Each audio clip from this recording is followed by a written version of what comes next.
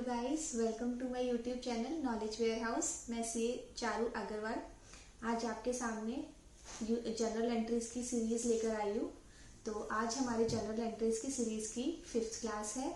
तो चलिए क्लास शुरू करते हैं। और आज जैसे कि मैं आपको हर क्लास में बताती हूँ कि जो भी आपकी क्वेरीज है, जो भी आपकी प्रॉब्लम सॉल्व नहीं हो पा रही है, वो आप मुझे मेल भी कर सकते हैं और मुझे कमेंट बॉक्स में भी डाल सकते हैं। मैं डेफिनेटली आपकी क्वेरी को रिजॉल्व करूँगी। तो स्टार्ट करते हैं आज की क्लास।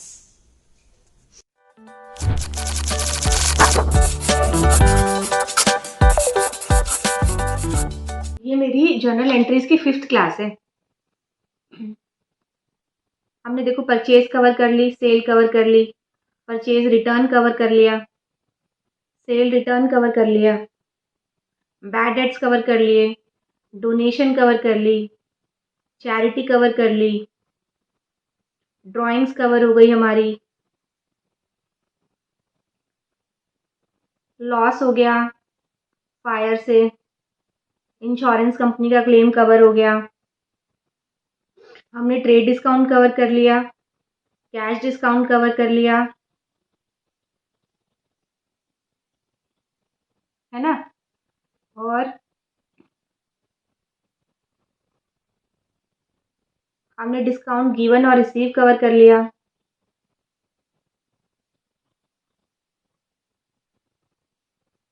तो चलिए ऐसे ही हम नए टॉपिक आज फिर पकड़ते हैं और फिर अपनी चीजें कवर करते हैं। आज का भी हमारा बहुत इंटरेस्टिंग टॉपिक है। देखो, आप कोई घर बना रहे हो। सपोज आपके पास बहुत पैसा आ गया, तो आपने सोचा क्यों ना घर बनाया जाए। तो आपने क्या किया, आपने लैंड खरीद ली। लैंड पे आपको लगा कि बहुत अच्छी जगह पे लैंड है, क्यों ना मैं इस पे 4-5 फ्लोर बना लूँ और एक दो रेंट पे चढ़ा लूंगा, एक बेच दूंगा, एक में खुद रहूंगा या दो में खुद रहूंगा। तो आपने उस पर बिल्डिंग बनाने का काम शुरू किया। देखो, बिल्डिंग बनाने के लिए आपको सारी चीजें चाहिए। आपको सीमेंट, ब्रिक, ये सब चीजें चाहिए। सीमेंट चाहिए, ब्रिक चाहिए, लेबर चाहिए, वो कट्टे उठाने वाले चाहिए, जो वो या रास्ते में जो जैसे हमारा ट्रांसपोर्ट लगता है, हमने कोई ब्रिक मंगवाई हो तो फ्रेट चाहिए, फ्रेट भी खर्चा होगा, ब्रिक भी खर्चा होगा, सीमेंट भी होगा। ये सारी चीजें मिलके बनेगी आपकी, तब जाके आपकी पूरी एक बिल्डिंग बन जाएगी। तो जो सारा अभी तक जो सारा बिल्डिंग को बनाने का खर्चा, उसको हम क्या करेंगे, कैपिटलाइज। देखो, अगर आप मेरी टर्मिनोलॉजी वाली क्लास देखो ना, तो मैंने उसमें थोड़ा सा आपको बता रखा है कि कैपिटल एक्सपेंडिचर और रिवेन्यू एक्सपेंडिचर में क्या फ़र्क है। तो मैं यहीं पर ही आपको बता रही हूँ कि किस चीज़ को कैपिटल एक्सपेंडिचर बोलते हैं। ठीक है, तो इसको मेरा जो भी खर्चा बिल्डिंग को बनाने में हो रहा है, वो मेरा क्या है, कैपिटल एक्सपेंडिचर। मतलब मैं उसको ये तो नहीं बोल सकती ना कि जो ब्रिक का खर्चा है वो मेरा बिल्डिंग का पार्ट नहीं है। नहीं भाई, बिल्डिंग में तो वो ब्रिक भी लगी हुई है ना। जो मेरा फ्रेट का खर्चा हो रहा है, जैसे जो भी ट्रांसपोर्टेशन लग रही है, मैं ब्रिक्स लेकर आ रही हूँ घर पे, जो रेडी वाले को है, रिक्शा वाले को है, ऑटो वाले को, जो भी मैं पैसे दे रही हूँ, वो भी मेरा क्या है, बिल्डिंग को बनाने का खर्चा है। तो जो भी, चाहे छोटे से छोटा चाहे बड़े से बड़ा, को जो भी खर्चा हो रहा है ना बिल्डिंग को बनाने के लिए, वो मैं क्या करूंगी, कैपिटलाइज।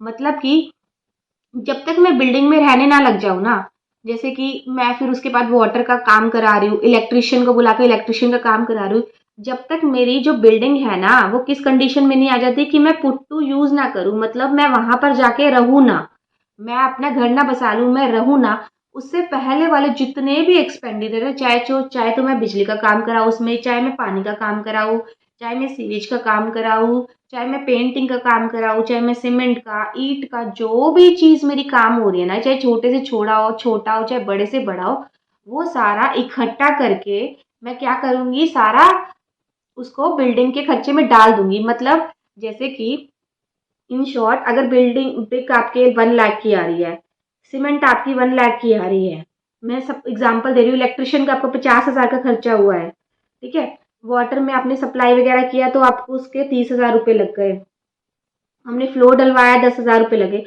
ऐसे करके जितना भी आपका पूरा का पूरा एक्सपेंडिचर हो रहा है, जब तक कि आप उस घर में रहना शुरू नहीं कर रहे, या फिर वो घर पुट टू यूज़ वाली कंडीशन में नहीं आ रहा। मतलब कि आप इस लायक नहीं है कि मैं उस घर में रह सकती हूँ। या तो मैं रहना शुरू कर दूँ या फिर मैं उसको इस लायक बना दूँ कि उसमें कोई जाके रहे।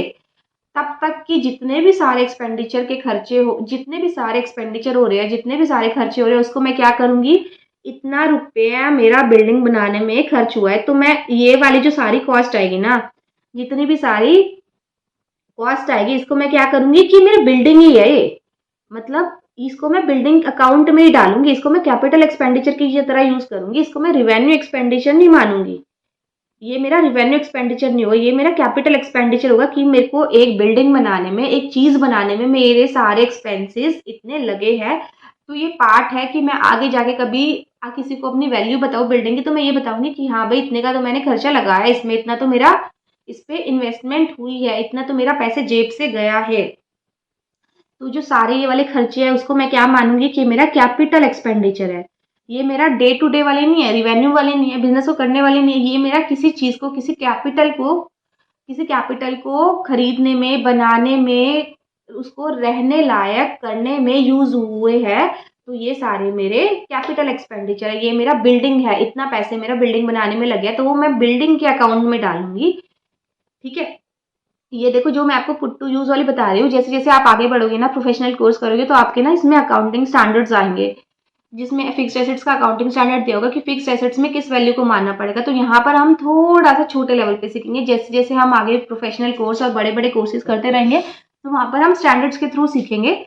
तो मैंने आपको यहाँ पर थोड़ा सा बता दिया कि वो सारे एक्सपेंडिचर, वो जितने भी सारे एक्सपेंडिचर है जो कि किसी चीज को रहने लायक, या तो कि मतलब कि इस लायक बना देते हैं कि हम उस चीज को यूज कर सके, उस वो सारे एक्सपेंड टिल डेट जितने भी हमारे सारे एक्सपेंसेस हुए, उसको मैं क्या बोलती हूँ, मेरे कैपिटल एक्सपेंडिचर।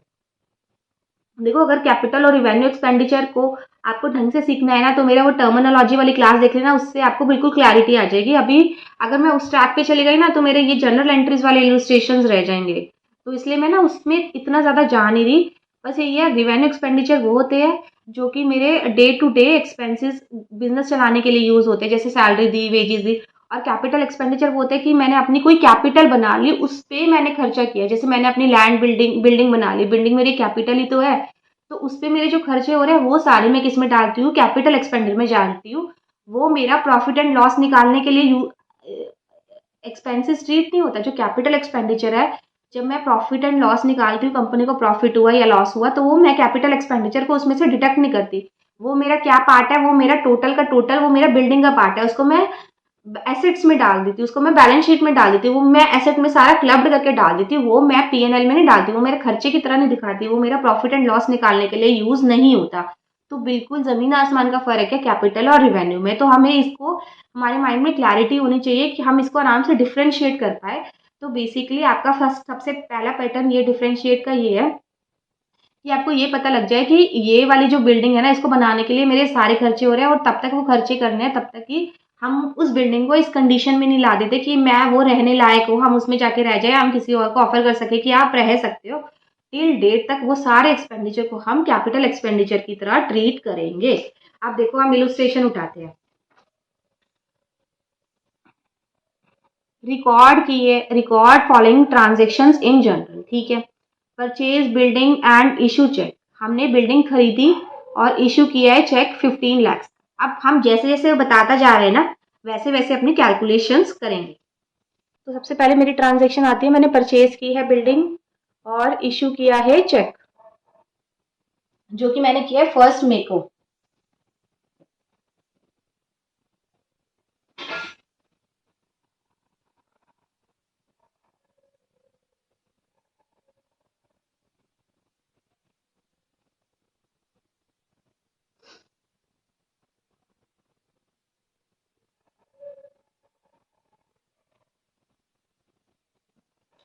तो हम अपनी एंट्री करना शुरू करते हैं। बिल्डिंग मेरे पास आई, बिल्डिंग क्या है, मेरा एसेट है। एसेट आता है, एसेट होता है बिल्डिंग, पता है। जो भी सारे जिसके हम पोजीशन है हमारे पास, वो हमारे सारे क्या है, एसेट है। तो एसेट बढ़ता है तो मैं क्या करती हूँ, डेबिट करती हूँ। और हमारे पास क्या जा रहा है, बैंक जा रहा है, बैंक से पेमेंट हुई है, चेक दिया है उसने। कितने का? 15 lakhs का।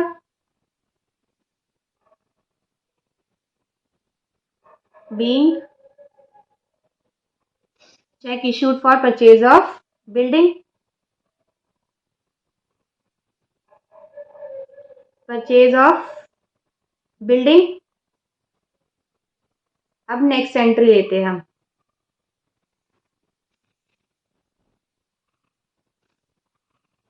क्लियर है? सिंपल सी एंट्री थी, हमने एसेट परचेज किया है चेक के थ्रू, तो हमने वो एंट्री पास कर दी अपनी। अब नेक्स्ट हमारी एंट्री है, परचेज किया मशीनरी रैमसन से क्रेडिट पे। ठीक है, तो हमारा क्रेडिटर कौन हो गया? Ramson.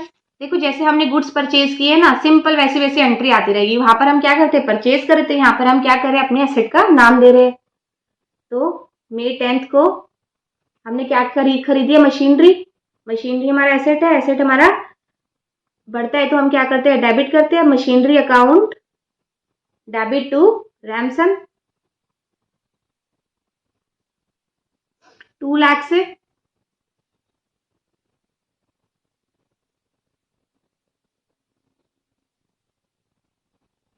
Being machinery purchase from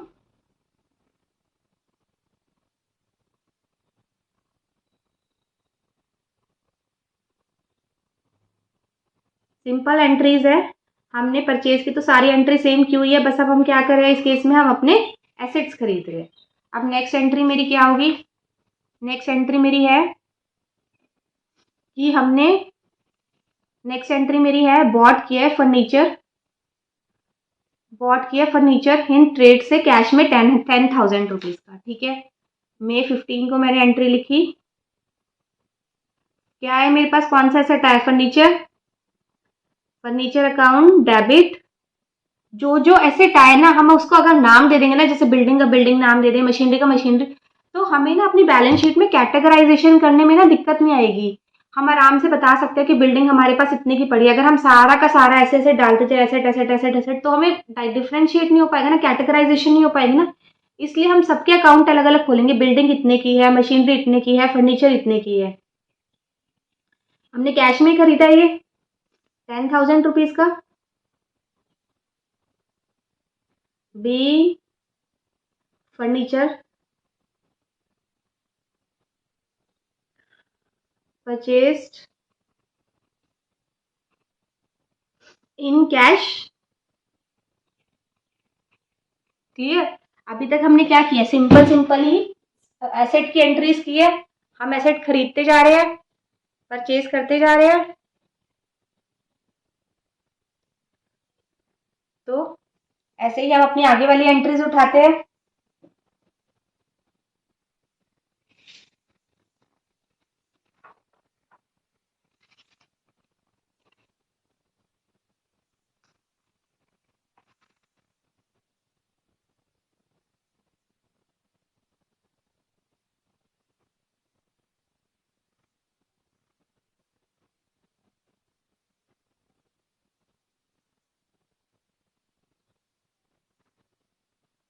अगर हम फॉर्मेट बना के चले ना तो हमें वही हैबिट पड़ जाएगी, तो एग्जाम्स में भी हम अच्छे से स्केल से अपनी लाइंस खींच के पूरा प्रॉपर फॉर्मेटिंग के साथ करने की आदत डलेगी ना, तो हमें एग्जाम्स में दिक्कत नहीं आएगी। अब नेक्स्ट हमारा क्या है? हमने परचेज की है वैन। वैन भी क्या है? वैन मतलब गाड़ी। एक वैन परचेज की है, वो भी हमारा एसेट ही है। और हमने इशू किया है चेक 5 लाख रुपीज। ठीक है,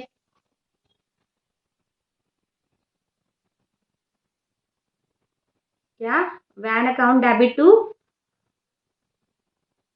बैंक। सिंपल सी एंट्रीज है सारी, जैसे जैसे हम परचेज की एंट्री कर रहे थे वैसे वैसे हम सारी एसेट्स की एंट्री कर रहे हैं।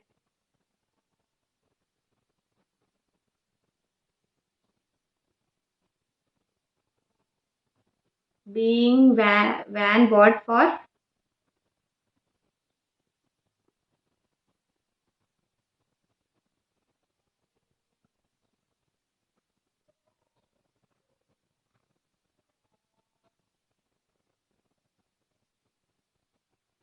Through bank. क्लियर? सबको एंट्री समझ आ रही है? ये सिंपल सी एंट्रीज है, हम एसेट खरीद रहे हैं तो उस बेसिस पे हम एंट्रीज कर रहे हैं। बिल्कुल परचेज वाले एंट्री की तरह है, जब हम अभी तक गुड्स खरीदते हुए आए थे। अब नेक्स्ट एंट्री मेरी क्या है? मेरी नेक्स्ट एंट्री है कि मैंने 2500 रुपये कैश में इंस्टॉलेशन ऑफ मशीनरी में लगाए। ठीक है, तो मतलब मशीनरी मैंने कोई खरीदी है, उसको मैंने उसमें 2500 रुपये लगाए इसको इंस्टॉल करने में। जैसे मैं सपोज हमारे पास कुछ ही, मैं मशीनरी का भी एग्जांपल दे दूँ, मैं टेबल का एग्जांपल दे दूँ, किसी चीज़ का भी एग्जांपल दे दूँ। मैंने कोई चीज़ खरीद ली, लेकिन अभी पुट टू यूज़ करने में, उसको इंस्टॉल करने में तो मेरा खर्चा होगा, लेबर वगैरह लगेगी या कुछ पाइप का खर्चा होगा। जैसे मैं अगर फुली वॉशिंग मशीन ही लगा लूँ, मैंने मशीन घर में लगाई, तो उसको सेट करने के लिए टैप में भी परमानेंटली पाइप लगता है और लेबर भी बुलाते हैं। तो उसको, उस चीज़ को जब तक मैं पुट टू यूज़ नहीं करती, वो मशीनरी जब तक चलेगी नहीं, मशीनरी चलेगी नहीं ना अगर मैं पाइप का सिस्टम ना करूँ, अगर मैं वाटर का सिस्टम नहीं करूँ। उसको करने के लिए मेरा ये सारा सिस्टम होना ज़रूरी है, तभी मैं उसको यूज़ कर सकती हूँ। ऐसे मशीनरी अगर मैंने कोई खरीदी है, तो उसको इंस्टॉल, तो पुट टू यूज़ करने के लिए उसको इंस्टॉल करना पड़ेगा, उसका तार वगैरह, वायरिंग वगैरह, या फिर ढंग से उसको असेंबल वगैरह करके ही लगानी पड़ेगी, तभी वो यूज़ हो पाएगी। तो जो भी खर्चा इंस्टॉलेशन के ऊपर हुआ है, जैसे मैं आपको बता रही हूँ कि पुट टू यूज़, जब तक यूज़ में ना होना, जब तक कि यूज़ करने के काबिल ना बने, उस तक के सारे खर्चे को मैं क्या करती हूँ, कैपिटलाइज़। तो ये भी इंस्टॉल करने के लिए मशीनरी को, जो मेरा 2500 रुपये का खर्चा हुआ है, उसको भी मैं क्या करूँगी, मशीनरी अकाउंट में डालूँगी। उसको भी मशीनरी बढ़ा दूँगी उस अमाउंट से कि ये भी मेरे को मशीनरी खरीदने का ही खर्चा हुआ है। तो मैं उसको रेवेन्यू एक्सपेंडिचर ना मान के उसको मैं कैपिटल एक्सपेंडिचर की तरह ट्रीट करूँगी। क्या किस डेट को हुआ है मेरा ये खर्चा? 21 मई को। ये machinery account debit to cash account 2500 का, being cash paid for installation of machinery।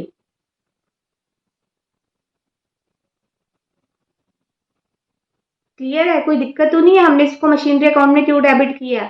क्योंकि कभी जब भी कोई एसेट होता है ना, जब तक हम उसको पुट टू यूज की कंडीशन में नहीं रखते, मतलब कि कोई भी आकर सिंपली तरीके से हम यूज कर पाए किसी भी चीज को, तब तब तक के सारे खर्चे को मैं क्या करती हूँ, उसी अकाउंट में डाल देती हूँ, उसको मैं कैपिटलाइज कर देती हूँ। वो भी मेरा कॉस्ट का पार्ट बन जाता है फिक्स्ड एसेट्स का।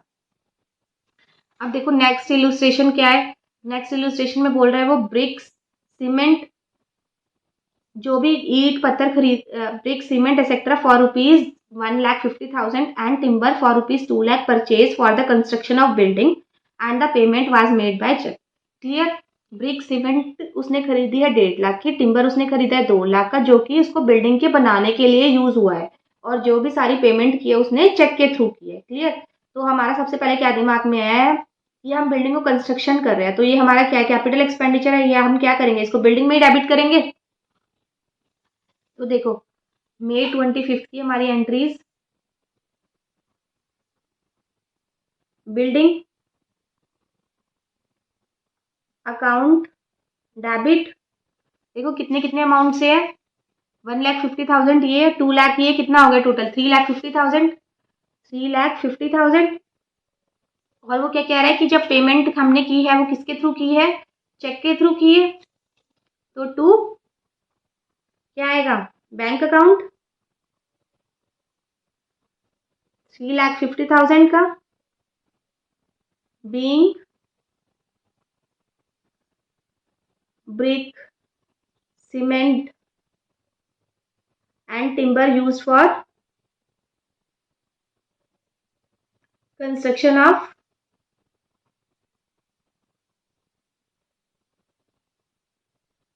Building and payment done by cheque. देखो मेनली हमारी ट्रांजेक्शन, ये जो हमारी नरेशन होते हैं इसलिए होती है कि सामने वाला अगर जर्नल एंट्री पढ़े तो उसको समझ आ जाए कि हमने एंट्री किस बेसिस पे की है। ठीक है, तो बस यही है इसका मेन मोटिव, ये हमारी नरेशन लिखने का। तो हमें यहाँ पर ये इलुस्ट्रेशन पूरा हमने बना लिया, इसकी जर्नल एंट्रीज बना लिया। तो बेसिकली हमने इस इलुस्ट्रेशन में यही सीखा है कि जो भी हमारे खर्चे होते हैं, हमें वो किसी चीज़ को एक्वायर करने के, उसको इंस्टॉल करने के, उसको पुट टू यूज़ करने के, मतलब या इस पुट टू यूज़ या फिर कंडीशन, इस कंडीशन में लगाए कि वो पुट टू यूज़ हो जाए। तब तक के हमारे सारे खर्चे को हम कैपिटलाइज करेंगे। और पता है ये बहुत ज़रूरी भी है, क्योंकि उसके बाद ना अब आगे वाले इलस्ट्रेशंस में आप पढ़ोगे डेप्रिसिएशन, आगे वाले टॉपिक्स हम डेप्रिसिएशन के उठाएंगे, तो बहुत ज़रूरी है कि हम डेप्रिसिएशन भी सही से कैलकुलेट कर पाए कि कितना कितना डेप्रिसिएशन लग रहा है। उस बेसिस के लिए भी हमारी वैल्यू जाननी बहुत ज़रूरी है कि कैसे कैसे वैल्यू हमारी बन रही है। तो चलिए नेक्स्ट इलस्ट्रेशन लेते हैं। नेक्स्ट इलस्ट्रेशन को लेने से पहले हम थोड़े से पहले कॉन्सेप्ट्स क्लियर करते हैं। देखिए एक्सपेंसेस, एक्सपेंसेस क्या है, हमारा खर्चा है, ठीक है। अब एक्सपेंसेस खर्चा है, देखो अब एक्सपेंसेस जैसे मैं हूँ, मैं सपोज रेंट पे रहती हूँ, ठीक है। अभी मंथ चल रहा है, मेरा जनवरी मंथ चल रहा है। तो मैंने क्या किया कि मैंने लैंडलॉर्ड को बोला कि लैंडलॉर्ड भैया, मेरा फरवरी और मार्च का भी मैंने इकट्ठे ही आपको रेंट दे दी थी, मैं फ्री हो जाऊंगी। तो मैंने क्या किया, मैंने फरवरी और मार्च दोनों का रेंट ना मैंने जनवरी में ही दे दिया, ठीक है। मतलब अब मैंने फरवरी और मार्च का रेंट भी जनवरी में दे दिया। मतलब मैंने पेमेंट तो अभी कर दी, पेमेंट मैंने अभी कर दी, लेकिन मैं जो उसकी सर्विस है, मैं इसका बेनिफिट है वो अवेल कब करूँगी, मैं फरवरी और मार्च में करूँगी। तो इसको मैं क्या बोलती हूँ, ये मेरा क्या है, प्रीपेड एक्सपेंसेस। मतलब मैंने ड्यू होने से पहले ही पे कर दिया। वही मैंने आपको, जैसे अगर हम मेरी प्रीवियस क्लास देखें तो मैंने उसमें भी आपको प्रीपेड का पूरा काफ़ी अच्छे से समझा रखा है। यहाँ पर भी मैं एक्चुअली मैं यहाँ पर और नया टॉपिक बता रही हूँ, तो मैं उससे थोड़ा सा इसे कोरिलेट कर दी, तो मैंने थोड़ा सा आप लोगों को इसका रिवीजन करा दिया, ठीक है। तो ये क्या है, तो हम क्या कहाँ पर थे कि जनवरी का रेंट, जनवरी में हमने फरवरी और मार्च का भी रेंट दे दिया, तो मैं उसको क्या बोलूँगी कि मेरा ये प्रीपेड एक्सपेंस है।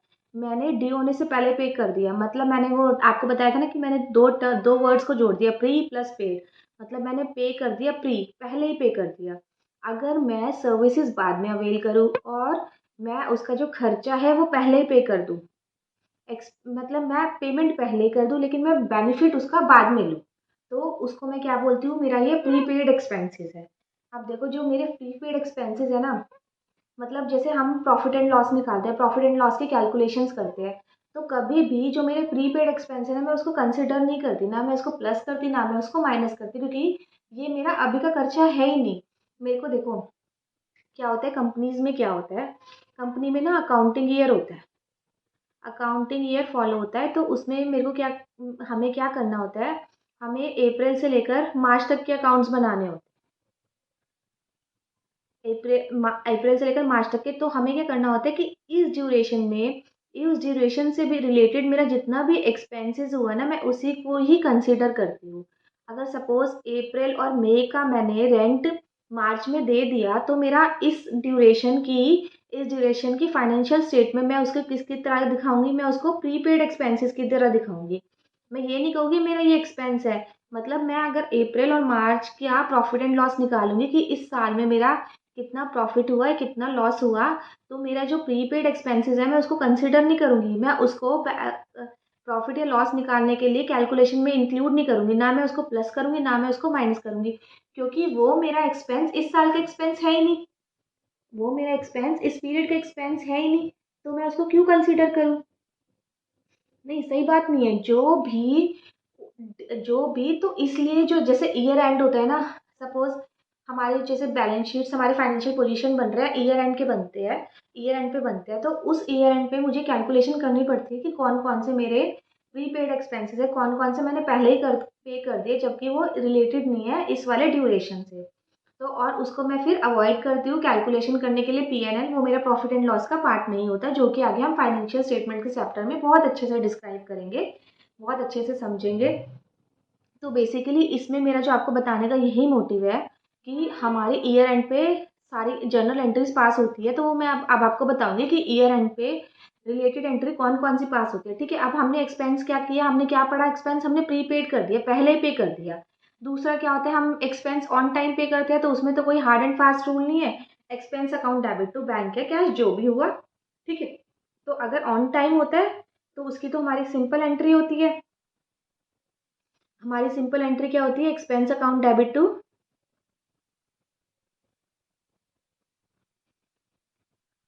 जो भी मेरा बैंक से गया या फिर कैश से गया, उसकी मैं एक सिंपल सी एंट्री पास कर देती हूँ। अब देखो मेरा हो गया प्रीपेड दे दिया मैंने, ऑन टाइम दे दिया। अब दूसरा क्या है, मेरा तो मतलब मेरा एक्सपेंसेस हो गया लेकिन मैंने पे ही नहीं किया। क्या मतलब है, मेरा एक्सपेंस हो गया लेकिन मैंने पे ही नहीं किया, तो उसको क्या बोलते हैं, आउटस्टैंडिंग। मतलब कि खड़ा हुआ है वो खड़ा हुआ है, वो भीख मांग रहा है, प्लीज मुझे पे कर दो, वो स्टैंड हुआ है, आउटस्टैंडिंग। खड़े हुए हैं ये वाले एक्सपेंसेस जो कि मैं इनकर्ड कर चुकी हूँ, जो कि जिनकी सर्विसेज मैं अवेल कर चुकी हूँ, लेकिन मैंने उसकी पेमेंट नहीं की। मेरे सर पे अभी भी लाइबिलिटी है, मेरे को नींद नहीं आ रही, मेरा सुख चैन छीन गया। क्यों? क्योंकि मुझे वो लाइबिलिटी पे ऑफ करनी है, क्योंकि मुझे वो खर्चा पे ऑफ करना है। जैसे कि इसमें एग्जांपल लेती हूँ मैं कि मैंने अप्रैल से लेकर मेरी अकाउंटिंग पीरियड है, तो मैंने मार्च में मैंने एक प्रीमाइसेस ली रेंट पे, तो मुझे मार्च में रेंट पे करना था, मैंने मार्च में उसकी सर्विस अवेल कर ली। लेकिन मैं क्या कर रही हूँ, मैं वो रेंट पे नहीं कर रही, मैं उससे रिक्वेस्ट कर रही हूँ उस ऑनर से कि मेरे पास अभी पैसे नहीं है तो मैं बाद में दे दूंगी। ठीक है, तो इस केस में जो मार्च का जो रेंट है ना, वो मैंने आगे जाके पे किया, तो वो मेरा क्या है, आउटस्टैंडिंग है। अप्रैल से मार्च की बुक्स में अगर हम फाइनेंशियल क्लोज करते हैं तो इस वाले रेंट को मैं क्या बोलती हूँ, मेरा आउटस्टैंडिंग रेंट है। मेरा रेंट अभी खड़ा हुआ है, मैंने इसकी सर्विसेज अवेल कर लिया लेकिन मैंने इसकी पेमेंट नहीं की। ठीक है, अब एक्सपेंस मेरा समझ आ गया। एक, या तो हम पहले ही खर्चे दे देते हैं, या तो हम ऑन टाइम देते हैं। ऑन टाइम में तो बिल्कुल सिंपल है, कुछ करना ही नहीं है। और आउटस्टैंडिंग में क्या है कि हमारी लाइबिलिटी बन जाती है कि हमने सर्विसेज तो ले ली किसी चीज़ की, लेकिन हमने उसके अगेंस्ट पेमेंट नहीं की। क्लियर? ये समझ आ गया? तो हमारी ऐसे ऐसे एंट्री बनती है। अब देखो एक्सपेंसेस जो कि हमने प्रीपे कर दिया, जो कि हमने पहले ही पेमेंट कर दी जिनकी, उनकी क्या है, वो हमारे एसेट है, क्योंकि उनकी हमें लेनी है, अभी उससे बेनिफिट लेने हैं। तो एसेट क्या होता है, जिनसे हमें चीज़ें लेनी होती है, जिनके अगेंस्ट हमें चीज़ें लेनी होती है, वो हमारे प्रीपेड में आते हैं। और आउटस्टैंडिंग में क्या होता है, आउटस्टैंडिंग में ये हो गया कि जैसे हमें अभी पेमेंट करनी है, ये हमारी लाइबिलिटी है, तो बेसिकली इसकी एंट्री मेरी क्या होगी, इसकी मेरी एंट्री रेंट तो खर्चा तो एक्चुअली हो चुका है ना, खर्चा तो एक्चुअली हो चुका है, तो पीएनएल का तो पार्ट है ये। इस साल का जब इस आउटस्टैंडिंग वाले क्या खर्चे होते हैं, जब भी मैं इस साल का प्रॉफिट एंड लॉस कैलकुलेट करती हूँ, कैलकुलेशन कर रही हूँ कि मेरे को इनकम हुआ है या फिर मेरे को लॉस हुआ है, तो जो आउटस्टैंडिंग वाले जितने भी खर्चा हुआ है, जिनकी हमने पेमेंट नहीं करी लेकिन हमने उसकी सर्विसेज बेनिफिट्स अवेल कर लिया, ठीक है, उसको मैं हमेशा कैलकुलेशन का पार्ट मानती हूँ प्रॉफिट एंड लॉस निकालने के लिए। तो मेरी ये क्या एंट्री होगी, rent account debit to outstanding rent, जो भी मेरी अमाउंट होगा, ये मेरी एंट्री ये वाली पास होगी। देखो इनके हम बेसिकली प्रीपेड का तो मैं ये भी दे सकती हूँ, हम जैसे न्यूज़पेपर हमारे घर लगा होता है, तो हम क्या करते हैं, हम पूरे साल का एक ही साथ ले लेते हैं, पूरे साल एक ही साल पेमेंट कर देते हैं पूरे साल के नाम की कि हमारा न्यूज़पेपर आता रहे। ऐसे आउटस्टैंडिंग रेंट में भी यही होता है, आउटस्टैंडिंग में भी यही होता है कि हम पहले मतलब हमने इसके अंदर क्या है कि हम पहले ही हमने पेमेंट कर दी, सर्विसेज हम बाद में ले रहे हैं। आउटस्टैंडिंग में वाइस वर्सा है कि पहले हमने सर्विसेज ले ली और बाद में हम उसको पेमेंट कर रहे हैं। क्लियर? जैसे हमारा एक्सपेंस में हो रहा है ना, वैसे ही हमारा इनकम में भी होता है। ठीक है, सेम एज इट इज हमारा इनकम में भी होता है।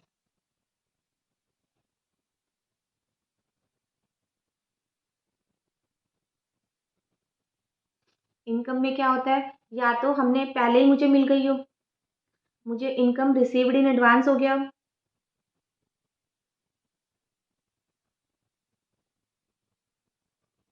ठीक है। जैसे कि मैं ट्यूशंस पढ़ा रही हूँ, ठीक है, मैं ट्यूशंस पढ़ा रही हूँ, बच्चा कह रहा है कि मैम आप ना मुझे ट्यूशन पढ़ा देना अप्रैल में भी, लेकिन मैं ना आपको फीस ना इकट्ठे दे रहा हूँ, मैं मार्च की भी दे रहा हूँ और मैं साथ में अप्रैल की भी दे रहा हूँ। मैं कह रही हूँ क्यों बच्चे ऐसे क्यों, भाई तू साथ के साथ ही दी। नहीं मैम प्लीज़ आप रख लो। तो उसने मैं मुझे क्या किया, मार्च की भी फीस दे दी, अप्रैल की भी दे दी, अप्रैल की भी फीस उसने मुझे मार्च में दे दी। तो मैं उसको क्या बोलूँगी कि मुझे ये इनकम रिसीव्ड होगी एडवांस में, इनकम रिसीव इन एडवांस, इसको क्या बोलूँगी मैं, ये मेरी इनकम रिसीव्ड हुई है एडवांस में। अब देखो हम, मेरे को सारे दिन यही लगता रहेगा, उस बच्चे की मैंने अप्रैल की भी फीस दे दी, मुझे उसको ट्यूशन पढ़ानी पड़ेगी अप्रैल में भी, मेरे ऊपर सर पे लाइबिलिटी तो आ गई है कि उसने मुझे अभी से ही पैसे दे दिए। क्लियर? उसने मुझे पैसे तो दे दिए, तो मुझे उसको पढ़ाना पड़ेगा। तो ये इनकम रिसीव इन एडवांस ये भी मेरी हम उसको कैसे कंसिडर करते हैं, एक लाइबिलिटी के सेंस में कंसिडर करते हैं। ठीक है, तो हमें जब बैंक से पैसे मिलते हैं तो हमने क्या एंट्री की होती है, bank account debit to income. Income हमने पूरी, देखो सबसे पहले हमारी जो एंट्री बुक होती है वो हम क्या करते होंगे, bank account debit to income account. पूरे के पूरे मैंने क्या किया, पूरा फीस जमा कर ली, मार्च की भी जमा हो गई और अप्रैल की भी जमा हो गई, और इसमें भी मार्च की भी जमा होगी और अप्रैल की भी जमा होगी। लेकिन आगे क्या होता है कि ये जो इनकम है, इनकम में तो सिर्फ हमारी मार्च मार्च की आनी चाहिए, अप्रैल की तो आनी नहीं चाहिए, क्योंकि हमने अभी तक उसको सर्विसेज दी नहीं है। उसको मेरे को ट्यूशन पढ़ाना अभी लाइबिलिटी है, जब मैं अप्रैल में उसको ट्यूशन पढ़ा लूँगी, अप्रैल का मंथ चला जाएगा, तो ही मेरी जो उसने इनकम एडवांस में दिया वो इनकम मानी जाएगी। ठीक है, ये तो मेरी पहले इनकम रिसीव होगी ना उस ड्यूरेशन से। अप्रैल वाली इनकम तो मेरी पहले ही मैंने पहले इनकम रिसीव कर ली, जबकि एक्चुअली मैंने उसके अगेंस्ट उसको सर्विसेज दी तो नहीं है ना। तो मुझे क्या करना पड़ेगा, मुझे अगर ढंग से अपनी बैलेंस शीट बनानी है, प्रॉफिट एंड लॉस कैलकुलेट करना है, तो इनकम में तो मेरे दोनों ही ऐड होंगे, मार्च का भी अप्रैल का भी। तो मुझे एक एंट्री पास करनी पड़ेगी जिसमें मैं जो अप्रैल वाला है ना उसको इनकम में से कम करके और इनकम रिसीव इन एडवांस मैं अपनी लाइबिलिटी की तरह दिखा दूँ। ठीक है, तो मैं क्या एंट्री पास करूँगी, इनकम को अगर कम करना है तो मैं क्या करूँगी, इनकम बढ़ती है तो क्या होता है क्रेडिट, इनकम कम होती है क्या होता है डेबिट। तो income account debit to income receive in advance. ये क्या होगा, अगर लाइबिलिटी बढ़ती है तो क्रेडिट होता है, और ये इनकम रिसीव इन एडवांस ये क्या होगी, हमारी लाइबिलिटी होगी, और ये किसका अमाउंट आ जाएगा, अप्रैल का अमाउंट आ जाएगा।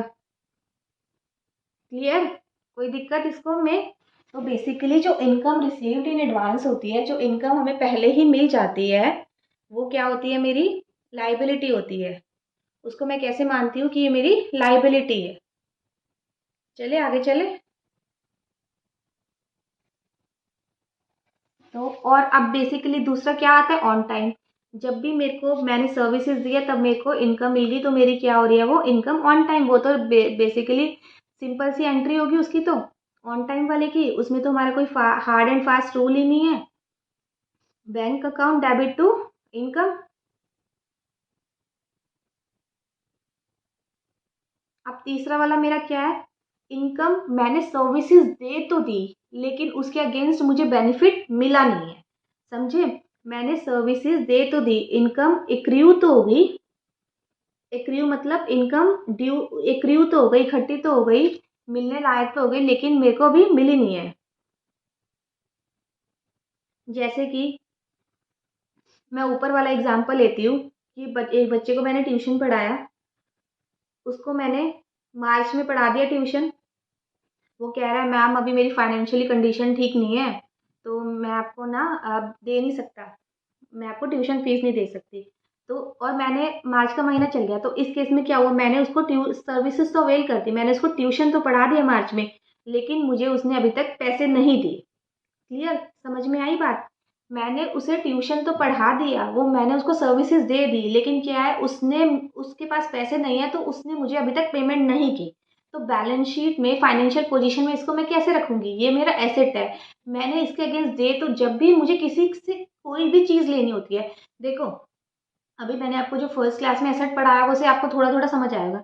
जैसे जैसे जैसे जैसे आप मूव करते रहेंगे ना, अकाउंट्स में चैप्टर्स पढ़ते रहेंगे, वैसे वैसे आपको एसेट्स की डेफिनेशन और ज़्यादा अच्छे से क्लियर होती जाएगी।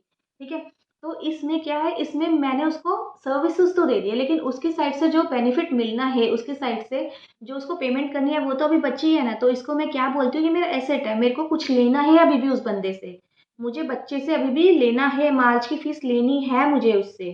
तो ठीक है, इसको income accrue but not receive, इसको मैं कैसे कंसिडर करती हूँ, मेरा एसेट है, मैंने सर्विसेज दे दी, बट इसके बदले में मुझे पेमेंट अभी मिलनी बाकी है। ठीक है, तो इसकी, इसको देखो, अब ये जो है, ये हमें बेसिकली ये देखना है ना कि प्रॉफिट एंड लॉस निकालते हुए इसको क्या हम इंक्लूड करेंगे, क्योंकि बेसिकली ये जो है ये इस अकाउंटिंग पीरियड का है ना, इनकम है ना, इस अकाउंटिंग पीरियड की इनकम है ना। सपोज अप्रैल से लेकर मार्च तक हमारी अगर बुक्स बन रही है, तो ये इस साल का तो है ना। सपोज अप्रैल से लेकर मार्च तक अगर हमारी बुक्स बन रही है, तो ये इस साल की तो इनकम है ही, ये इस साल की तो इनकम कंसिडर होगी। तो इसलिए जब भी मैं अपनी प्रॉफिट एंड लॉस की कैलकुलेशन करती हूँ, मैं इस अमाउंट को ज़रूर लेती हूँ, क्योंकि ये मेरा इसी अकाउंटिंग पीरियड का इनकम है। तो मैं इसकी क्या एंट्री पास करूंगी, income accrue but not received, ठीक है। और टू इनकम अकाउंट की इनकम तो मेरी है ये, क्लियर, कोई दिक्कत। चले अब आगे चले, क्या मेरी जर्नल एंट्री पास होगी, accrued income account debit to account income to income account. तो ये इनकम हमारी कौन सी हो सकती है, इंटरेस्ट की भी हो सकती है, रेंट की भी हो सकती है, ठीक है, कुछ भी हो सकती है। तो मैंने इनकम इसलिए लिया है कि आगे जाके आप इसकी जगह जो भी जिस भी टाइप की जिस भी नेचर की इनकम हो वो आप मेंशन कर दे। क्लियर, हमारा दो चीज़ें हो गई है, इनकम का और एक्सपेंस का।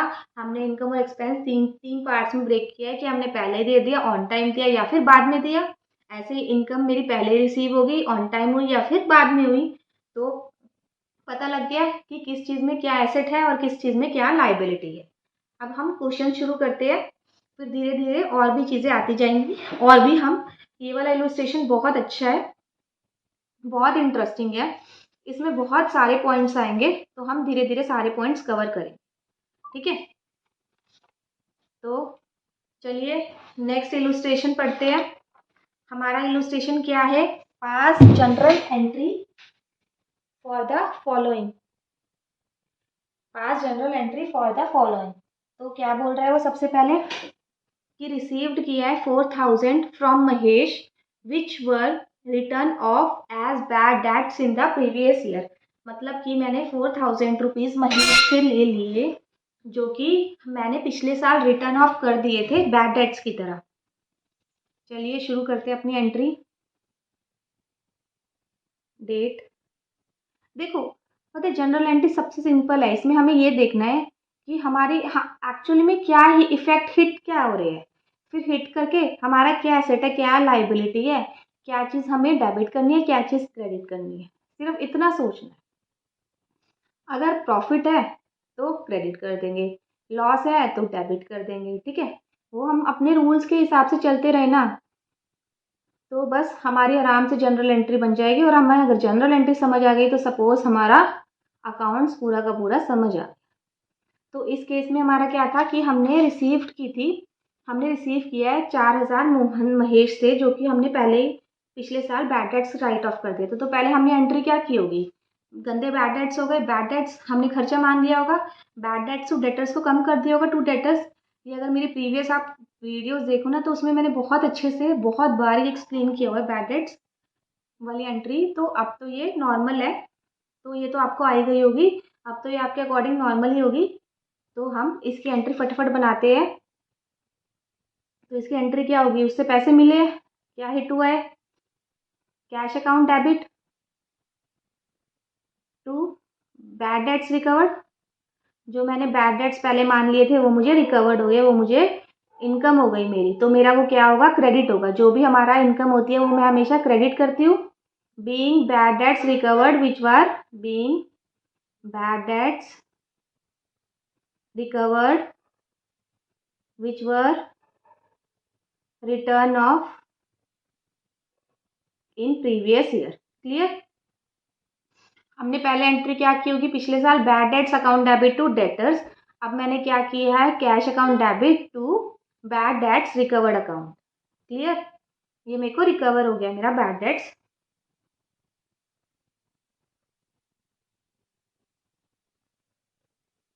किस अमाउंट से हुआ है मेरा, 4000 और ये 4000। चलिए नेक्स्ट एंट्री लेते हैं। अब हमारी नेक्स्ट एंट्री क्या है, सैलरी ड्यू है क्लर्क की 7500। अभी मैंने आपको पूरा समझाया है, ये किस में आती है, आउटस्टैंडिंग एक्सपेंस है। जो मेरी सैलरी ड्यू है क्लर्क की 7500। अब देखो इस केस में से कौन सा केस लगेगा, आउटस्टैंडिंग वाला, कि मेरी ड्यू होगी लेकिन मैंने पे नहीं की, तो मेरा सब क्या आ जाएगा, जो भी मेरा एक्सपेंस है क्या है मेरा, सैलरी, सैलरी वाला एक्सपेंस है, salary account debit to outstanding salary account. Clear, देखो खर्चा तो मेरा है ही, डेबिट तो खर्चा होगा, और ये मेरे ऊपर क्या है, बर्डन है, मेरी लाइबिलिटी है कि आई हैव टू पे। ठीक है, तो मेरी एंट्री क्या होगी फिर इसमें, salaries account debit to outstanding salary account being salary due to clerk. Clear? 7500 की सिंपल है। सैलरी पे करनी थी हमने हमने उस बंदे से हमने उस बंदे से सर्विसेज तो ले ली, उसे काम तो करा लिया, लेकिन उसकी सैलरी ड्यू नहीं है, दी नहीं, सैलरी को पे नहीं किया अभी तक। तो ये क्या है, हमारी लाइबिलिटी, हमें पे करनी है। खर्चा तो हो गया सैलरी अकाउंट, ये तो हमारी एक्सपेंस वाली एंट्री होगी। जो सारे एक्सपेंसेस है वो मैं डेबिट करती हूँ अकॉर्डिंग टू नॉमिनल अकाउंट। ये हमने मॉडर्न रूल में पढ़ा हुआ है, सॉरी ये हमने ट्रेडिशनल अप्रोच में पढ़ा है, तो ये मैंने इसलिए डेबिट कर दिया। ठीक है, अब नेक्स्ट एंट्री चलते हैं। Out of the rent pay this year 2000 is related to next year. जो भी हमने रेंट पे किया है इस साल का, तो 2000 जो है वो नेक्स्ट ईयर से रिलेटेड है। समझ गए? मतलब कि किसके अंदर आएगा ये हमारा, हमने एक्सपेंस किया है प्रीपेड, हमने अगले 2 साल का रेंट इस बार दे दिया, तो हमारा क्या कंसीडर होगा, प्रीपेड की तरह कंसीडर होगा। और प्रीपेड क्या है, हमारा एसेट है। तो हमारी एंट्री क्या होगी, देखो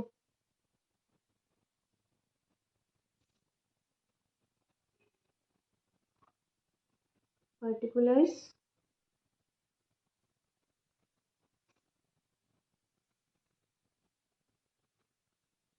ledger folio debit credit.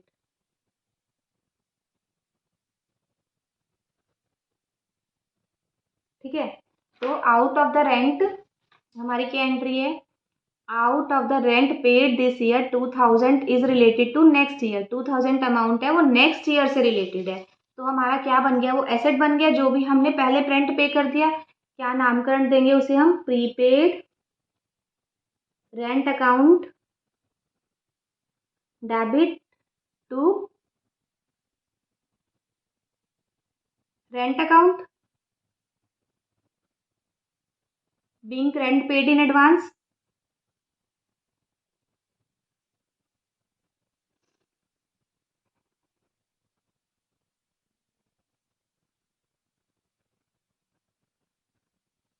Clear? हमने 10,000 का रेंट बुक किया हुआ था, इस साल का रेंट था 10,000 का मान रखा था, तो हमें बाद में पता लगा कि इस रेंट में हमारे जो है अगले 2 साल के भी पैसे जुड़े हैं, तो 2,000 रुपये है। तो हमने क्या किया, एसेट में डाल दिया, प्रीपेड रेंट अकाउंट खोल दिया और रेंट को कम कर दिया। पहले हमने रेंट को 10,000 से पूरा डाल रखा होगा, अब हमने रेंट को 2,000 से कम कर दिया, क्योंकि ये जो 2,000 रुपये है ये नेक्स्ट ईयर से रिलेटेड है, नेक्स्ट 2 ईयर से रिलेटेड है। चलिए नेक्स्ट एंट्री बनाए। अब देखो हमारी नेक्स्ट एंट्री क्या है, प्रोवाइड किया डेप्रिसिएशन फर्नीचर पे जिसकी कॉस्ट थी 5,000 रुपये। ठीक है भाई, चलिए पहले तो हम डेप्रिसिएशन वाले कॉन्सेप्ट समझते हैं। देखो अगर आपने मेरी अकाउंटिंग टर्मिनोलॉजी वाली क्लास देखी हो, तो मैंने उसमें आपको डेप्रिसिएशन का पूरा मतलब बता रखा है। अब मैं यहाँ पर भी थोड़ा सा कर देती हूँ, डेप्रिसिएशन किस चिड़िया का नाम है। देखो जब भी हमारा कॉन्सेप्ट आए ना अकाउंटिंग में, हमें पर्सनल लाइफ से लेकर जोड़ो ना, तो जल्दी समझ आएगा। मैं तो कहती हूँ अकाउंट्स के किसी भी सब्जेक्ट को, अगर आप जो आपका डे टू डे आप चीज़ें कर रहे हो उससे अगर आप लिंक करो ना, तो आपको 100% समझ आएगा। अगर मैं थ्योरी समझाती रहूँ कि डेप्रिसिएशन ये घिसावट है, गिरावट है, हम यूज़ करते करते हैं तो वो घिसती रहती है, बस ऐसे समझ नहीं आएगा। अब हम एग्जाम्पल लेके चलते हैं। सपोज सबके पास मोबाइल फ़ोन है, आजकल सबके पास मोबाइल फ़ोन है, तो आपके पापा ने आपको सपोज आईफोन दिलवाया, ठीक है, 1 लाख का दिलवाया। अब नेक्स्ट ईयर, ठीक है, आपके 10th में बहुत अच्छे नंबर आ गए, तो आपके पापा ने आपको आईफोन दिला दिया।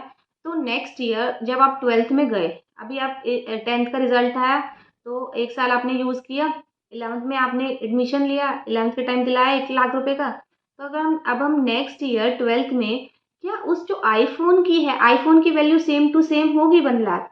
अगर आप उसे बाहर सेल आउट करोगे, आप सोच रहे हो पापा देखो मेरे 11th में बहुत अच्छे नंबर आ गए, तो मुझे आप एक बेटर वर्जन आईफोन का दिला दो, मैं इसको बेच देती हूँ 1 लाख का लिया हुआ, 1 लाख का तो बिक ही जाएगा, वो बिक सकता है 1 लाख का, नहीं बिकेगा ना, क्यों नहीं बिकेगा? क्योंकि आपने उस चीज़ को यूज़ किया हुआ है, ठीक है, वो सेकंड हैंड हो चुकी है, वो यूज़ किया हुआ है, थोड़ा सा वो थोड़ी सी वो स्लो भी होगी, थोड़ी सी स्लो होगी होगी, थोड़ा सा उसका टच स्क्रीन में भी थोड़ी दिक्कत आई होगी, मतलब बहुत सारी चीज़ें हैं ना, जो चीज़ हम खरीदते हैं और उसके सालों बाद, मतलब ईयर आफ्टर ईयर उसमें कुछ ना कुछ तो चीज़ें घिसावट होती है ना, मतलब कुछ ना कुछ तो उसका उसकी वैल्यू कम होती है ना, तो उसी वैल्यू को जो भी घिसावट होती है, गिरावट होती है, उस एसेट की वैल्यू में, उस चीज़ की वैल्यू में, उसको मैं क्या बोलती हूँ, मेरा डेप्रिसिएशन हुआ है। जैसे कि अगर हम एग्जाम्पल और भी ले, अगर सपोज आज के टाइम में आप सियाज खरीदते हो, ठीक है, सियाज आपने सपोज 10 लाख की खरीदी, तो आप 5 साल बाद भी ये सोचोगे कि ये मेरी बुक्स में 10 लाख की 10 लाख ही खड़ी रहे? नहीं सोचोगे ना कि बुक में 10 लाख के 10 लाख अभी भी मैं मान के बैठा हुआ है कि मैंने 2022 में सियाज खरीदी 10 लाख की, तो 2027 में भी आप यही बोलते रहोगे मेरी 10 लाख की गाड़ी है। अब तो भाई आपने चला लिया उसको, रोड पे चल गए, उसके टायर घिस गए, उसका जो एवरेज है वो थोड़ी सी कम हो गई, बहुत सारी चीज़ें चेंज होती रहेगी ना, तो ये क्या बोलते हैं इसको, ये जो चेंजेस हुए हैं उसके बॉडी में, उसको हम बोलते हो ये डेप्रिसिएशन हो गया, मतलब ये गिरावट हो गई। तो देखो, अगर आप सपोज आपने व्हीकल 10 लाख का लिया, आपने 2022 में 10 लाख का लिया, और आप दिन पर दिन मतलब ऐसे हर साल ब साल बुक्स बनाते जा रहे हो, तो उसमें आप 10 लाख की डेप्रिसिएशन वैल्यू ले रहे हो, तो अब भी आज भी आप यही सोचोगे ना कि मेरा जो सियाज खड़ा हुआ है वो भी 10 लाख की है। अगर आपको एक्चुअल फिगर कैलकुलेट करनी पड़ेगी, तो आपको इसमें से कुछ अमाउंट हर साल डिडक्ट करना पड़ेगा ना, जिससे आपको पता लगेगा कि एक्चुअली अमाउंट अब मेरी इस कार की वैल्यू क्या है। तो जो भी हम 10%, 5% ये डिफर करते हैं ऑन एसेट, कि किस किस एसेट का कितना डेप्रिसिएशन लगेगा, वो अगर अगर आप चलते जाओगे ना, आगे प्रोफेशनल लाइफ में चलोगे, या आगे आगे आगे कुछ भी चीज़ करोगे, तो आपको अब रेट भी याद करना पड़ेगा कि व्हीकल पे कितना परसेंट लग रहा है। अभी तो आपको अब मेंशन होगा, अभी तो आपके इलस्ट्रेशन में, आपके एग्जाम्स में मेंशन होगा कि 10% लगा दो, 5% लगा दो। बाद में तो आपको हर एसेट वेरी करता है, हर डेप्रिसिएशन रेट वेरी करता है एसेट टू एसेट का, तो वो आपको सारा याद भी करना पड़ेगा। क्लियर? तो ठीक है, तो जो भी मेरी 10 लाख की वैल्यू है उसमें मेरे को हर साल ना 10%, 15% जो भी होता है वो डेप्रिसिएशन मुझे लगाना पड़ेगा। उसके बाद मेरी 2027 में बुक जो एसेट व्हीकल जो खड़ा होगा ना बुक्स में, वो 10 लाख नहीं खड़ा होगा, वो 10 लाख से कम खड़ा होगा। तो मुझे एक्चुअली बताने के लिए कि मेरे पास कितने का एसेट है, मुझे डेप्रिसिएशन लगाना पड़ता है। डेप्रिसिएशन बहुत ज़रूरी है, एक टाइप की घिसावट है। अगर हम डे टू डे में भी देखें तो भी हम जो भी चीज़ यूज़ करें ना, वो डे बाय डे उसकी वैल्यू कम हो रही है, उसका उसको हम जैसे यूज़ करें ना उसी हिसाब से, जैसे आप लैपटॉप खरीदो, लैपटॉप आप 1.5-2 लाख का खरीदोगे, तो धीरे धीरे वो कम ही होगा ना, उसकी वैल्यू कम होती जाएगी ना। तो बुक्स में हमें अपना फाइनेंशियल पोजीशंस बिल्कुल, स्टेटमेंट्स बिल्कुल ठीक बनानी होती है। तो हर चीज़ को ना हम इस तरीके से कैलकुलेट करते हैं कि जो आउटपुट रिजल्ट है ना वो बिल्कुल ठीक आए। तो ऐसे ही एसेट को अपनी बुक में ढंग से मेंटेन करने के लिए हम हर चीज़ पे, हर एसेट पे डेप्रिसिएशन लगाते हैं। आगे जाके आपको पता लगेगा कि लैंड पे डेप्रिसिएशन कभी भी नहीं लगता, और हर चीज़ पे लगता है, बिल्डिंग पे, मशीनरी पे, मोबाइल फ़ोन पे, व्हीकल्स पे, कंप्यूटर्स पे, सब पे लगता है। ठीक है, वो थोड़ा सा ज़्यादा वाला लेवल हो जाएगा, वो आगे आगे हम सीखते रहेंगे। तो इसीलिए डेप्रिसिएशन हमें हर व्हीकल पे अपना लगाना पड़ता है। तो डेप्रिसिएशन क्या है बच्चों, डेप्रिसिएशन क्या है, इससे हमें क्या पता लगता है?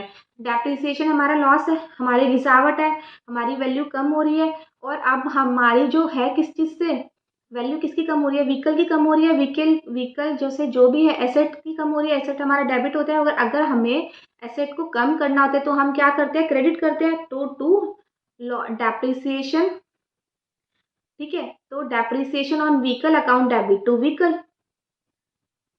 समझ आई ये एंट्री? देखो एक और बार मैं बताती हूँ आपको ये एंट्री हमारी बनानी कैसे है। मेरा क्या है?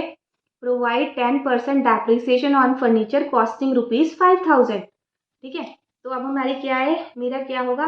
डेप्रिसिएशन 10% लगाना है फर्नीचर की, जिसकी वैल्यू थी ₹5,000। तो मेरा कितना डेप्रिसिएशन लगेगा? 500 रुपये। तो मेरा सबसे पहले मैं क्या करूँगी? डेप्रिसिएशन डालूंगी। डेप्रिसिएशन मेरा एक लॉस है, खर्चा है, तो मैं इसलिए डेबिट कर रही हूँ। डेप्रिसिएशन अकाउंट डेबिट ₹500 टू, किसकी वैल्यू मुझे कम करनी है? बुक्स में एसेट मेरा कम होता है तो मैं क्या करती हूँ, क्रेडिट करती हूँ, बढ़ता है तो डेबिट करती हूँ। इस केस में मेरी फर्नीचर की वैल्यू 500 रुपये से कम हो गई, डेप्रिसिएशन लग गया, तो मैं क्या करूँगी, एसेट को क्रेडिट कर दूंगी, तो मेरी क्या होगी, फर्नीचर अकाउंट 500 रुपीज़। क्लियर, चले आगे, क्लियर है ये, being depreciation provided on furniture. Depreciation का एक चैप्टर भी है जो आगे जाके हम पढ़ेंगे। अभी हल्की सी कैलकुलेशन सीख ली हमने।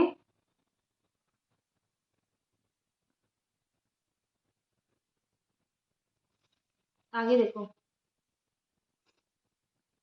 आगे हमारा क्या है, provide 10% interest on capital 2 rupees 1 lakh rupees, 2 rupees 1 lakh, ठीक है भाई। अब क्या है देखो, हमें ये कह रहा है कि हम कैपिटल जो हमारी 1 लाख की खड़ी है बुक्स में, उस पर हमें 10% इंटरेस्ट प्रोवाइड करना है। ठीक है, हम इंटरेस्ट प्रोवाइड कर देते हैं। चलो एंट्री सीखते हैं हम इसकी। सबसे पहले तो हम समझते हैं कि इसकी एंट्री होगी कैसे।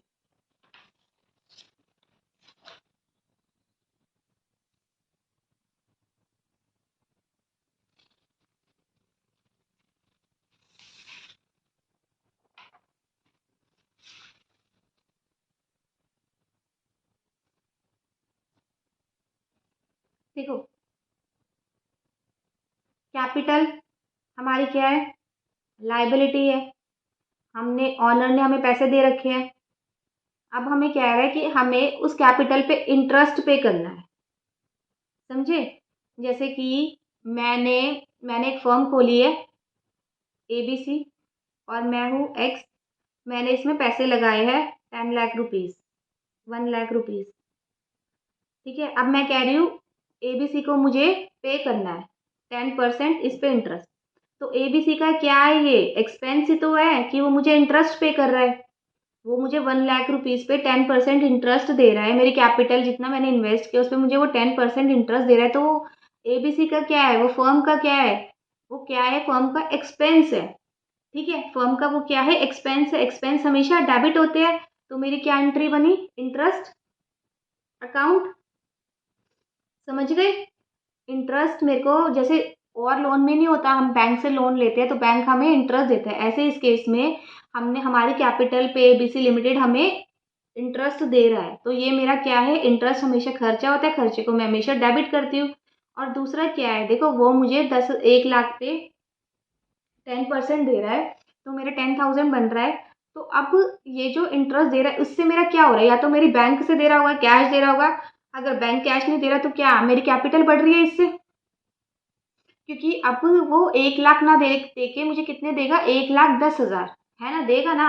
तो मुझे क्या करना है, दूसरी साइड मुझे कैपिटल इंक्रीज करनी है। दूसरी साइड मेरी कैपिटल इंक्रीज हो गई है। अब मेरी जो बुक्स में, अब मेरी जो फर्म में कैपिटल लगी हुई है वो 1,10,000 की लगी हुई है। अगर लाइबिलिटी इंक्रीज होती है, उसकी कैपिटल इंक्रीज हो रही है, लाइबिलिटी इंक्रीज हो रही है, सरदर्दी इंक्रीज हो रही है, तो उसको मैं क्या करती हूँ, कैपिटल, तो उसको मैं क्या करती हूँ, क्रेडिट।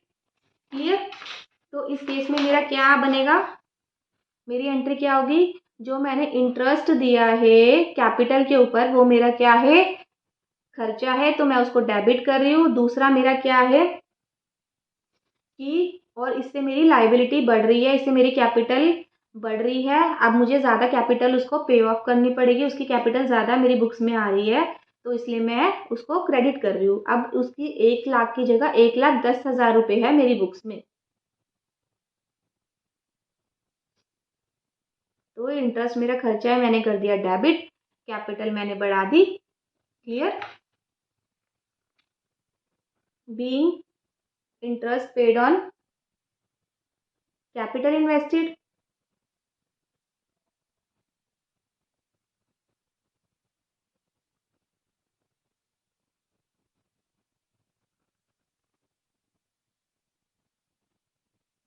चलिए अब आगे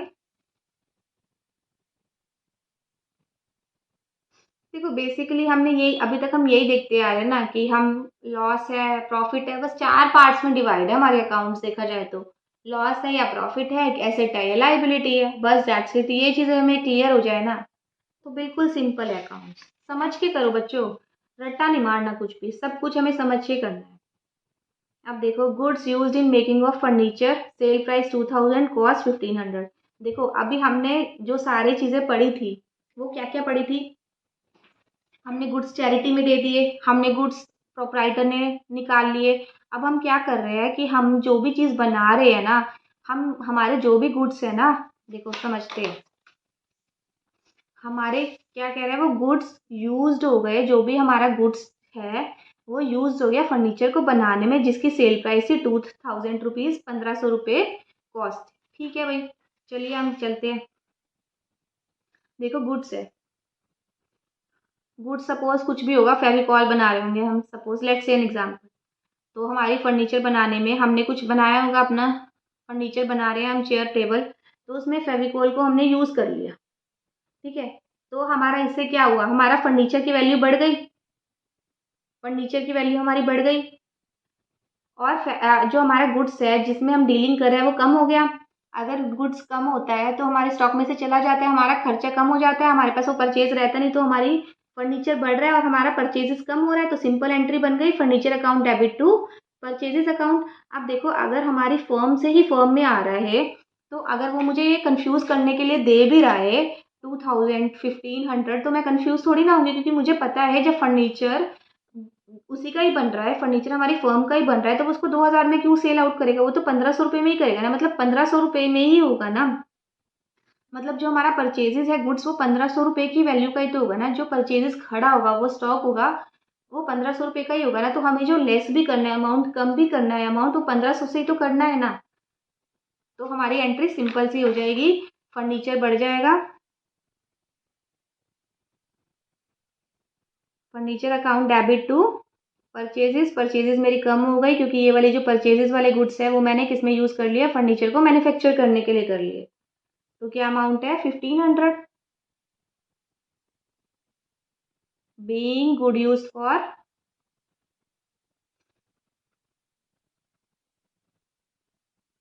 इन मैन्युफैक्चरिंग ऑफ फर्नीचर। समझ गए, देखो सिंपल एंट्री हमने सेम की है। वहां पर क्या था, हम चैरिटी में दे रहे थे तो हमने चैरिटी अकाउंट डेबिट कर दिया था, क्योंकि चैरिटी हमारा खर्चा था। यहाँ पर क्या कह रहा है, फर्नीचर की वैल्यू बढ़ रही है, फर्नीचर बढ़ रहा है उसको, अगर उस गुड्स को हम फर्नीचर में डाल रहे हैं, मैंने कहा था ना अभी हमने सारा पढ़ा है पुट टू यूज वाला कंडीशन, याद है आप सबको, पुट टू यूज मैंने कितने अच्छे से समझाया है। उसी का ही तो है, जो चीज़ हमारी अगर किसी चीज़ की वैल्यू लाइफ बढ़ा रही है उसको मैं डेबिट कर दूंगी, और फर्नीचर इसमें हमारा डेबिट हो गया, परचेजेस हमारा क्रेडिट हो गया, क्योंकि परचेजेस कम हो रहा है, स्टॉक हमारा कम हो रहा है, खर्चे हमारे कम हो रहे हैं। अब नेक्स्ट एंट्री हम पढ़ते हैं। नेक्स्ट हमारी एंट्री क्या है, चार्ज किया है इंटरेस्ट ड्राइंग पे 100 रुपये। ठीक है, कोई बात नहीं। देखो कैपिटल पे अगर हम कर रहे हैं, क्या ड्राइंग समझ, ड्राइंग तो आपने मेरी प्रीवियस क्लास देखी होगी तो उसमें समझ आ ही गया होगा। ड्राइंग क्या होती है, ड्राइंग जो कि प्रोप्राइटर पैसा निकाल रहा है बिजनेस से, उसको मैं ड्राइंग कहती हूँ, विड्रॉल बाय प्रोप्राइटर।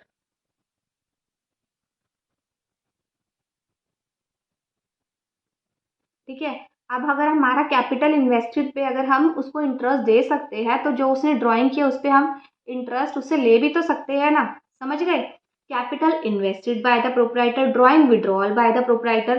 तो कैपिटल, अब हमने ऊपर पॉइंट में क्या किया था कि हमने उसको कैपिटल पे इंटरेस्ट पे किया था, नीचे हम क्या कर रहे हैं, नीचे हमें वो कह रहा है कि जो उसने ड्राइंग की है ना उस पे हमने उसको उससे इंटरेस्ट कैलकुलेट करके चार्ज कर लिया। ठीक है, इसमें ये वो यही तो बोल रहा है कि 100 रुपये हमने चार्ज किया है इंटरेस्ट ड्राइंग पर। तो ये क्या हो गया, अगर मैं इंटरेस्ट ले रही हूँ तो मेरा क्या है, इनकम हो गई है। ठीक है, और ड्राइंग क्या है, ड्राइंग मेरी बढ़ जाएगी। अब ये पहले, अब सपोज उसने 100 रुपये की, पहले उसने 1000 रुपये की चीज़ निकाली होगी। ठीक है, अब मैं उसको कहूँगी कि तेरे को इतना 100 रुपये का इंटरेस्ट भी पे करना है, तो अब उसको कितना पे करना पड़ेगा, 1100 रुपये। तो मुझे क्या करना है, उसकी ड्राइंग्स को बढ़ा देना है, ड्राइंग बढ़ेगी ना भैया, अब उसको ज़्यादा पे करना पड़ेगा। और इंटरेस्ट जो है हमें दूसरी साइड क्रेडिट क्या हो गया, हमारा इंटरेस्ट ऑन ड्राइंग होगा, क्योंकि ये हमारा क्या है, प्रॉफिट है, हमारी इनकम है, हमारा गेन है। गेन अगर होता है तो मैं क्या करती हूँ, उसको क्रेडिट करती हूँ। समझ गए, ड्राइंग को मैंने डेबिट क्यों किया सबसे पहले, क्योंकि ड्राइंग उसकी बढ़ रही है, अब ड्राइंग बढ़ रही है, पहले उसको 10,000 पे करने पड़ते थे, अब विद इंटरेस्ट वो पे करेगा तो उसको 1,10,000 पे करने पड़ेंगे। तो बुक्स में 1,000 की ड्राइंग खड़ी हुई है, मेरे को इंटरेस्ट और ऐड करना है, तो मैं क्या करूँगी, मेरा इंटरेस्ट कैसे ऐड होगा, अगर मैं ड्राइंग को डेबिट करूँगी तो, ड्राइंग को बढ़ाऊंगी तो, अगर ड्राइंग को मुझे बढ़ाना है तो ड्राइंग को मुझे डेबिट करना पड़ेगा। तो हमारी एंट्री क्या होगी, ड्राइंग अकाउंट डेबिट टू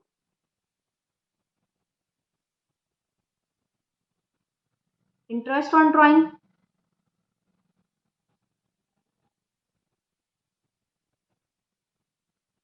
100 कितने रुपीज से, 100 रुपीज से।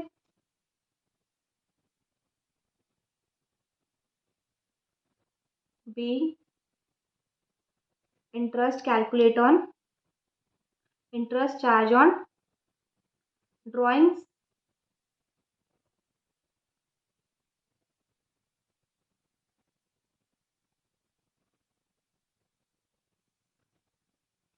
क्लियर। देखो इस इलस्ट्रेशन में हमने दोनों चीजें देख ली, हमने इंटरेस्ट दिया भी है, हमने इंटरेस्ट लिया भी है। हम इंटरेस्ट कब देंगे, जब हम कैपिटल पे देंगे तो ये हमारा क्या है, खर्चा है, और अगर हम इंटरेस्ट ड्राइंग पे लगाएंगे तो ये हमारा क्या है, इनकम है, क्योंकि ड्राइंग विड्रॉल होती है बिजनेस से, उसने बिजनेस से पैसे निकाल लिए, अगर उसने बिजनेस से ही पैसे ले लिए तो हम उस पर चार्ज करेंगे। तो ये हमारा इनकम है और दूसरा हमारा एक्सपेंस है, इंटरेस्ट ऑन कैपिटल। अब देखो नेक्स्ट है interest due but not received ₹10,000। याद आया हमने कौन सा किया था, ट्यूशन फीस वाला एग्जाम्पल किया था, ये वाला एग्जाम्पल, कि बच्चा मुझसे मार्च में ट्यूशन पढ़ गया और मुझे कह रहा है कि मैम मेरी फाइनेंशियली कंडीशन ठीक नहीं है, तो मैं आप अप्रैल में पेमेंट करूंगा। तो मैंने कहा था ठीक है, तो मैंने इसकी एंट्री क्या की थी, एक्रूड इनकम में जो भी मेरी इनकम होगी to income account. Accrued income क्यों, क्योंकि मुझे एसेट है ये मेरे को अभी उससे पैसे रिसीव करने हैं, अगर मुझे किसी से लेना होता है तो मैं क्या करती हूँ, उसको एसेट साइड दिखा देती हूँ। और इनकम में क्यों डालूंगी, क्योंकि मेरा इस साल का इनकम है, इस साल की मेरी इनकम है, इस साल की मेरी मेहनताना है। तो इंटरेस्ट ड्यू हो गया लेकिन उसने रिसीव नहीं हुआ अभी तक 10,000, तो इसकी एंट्री मेरी क्या होगी, चलिए इसकी एंट्री करते हैं।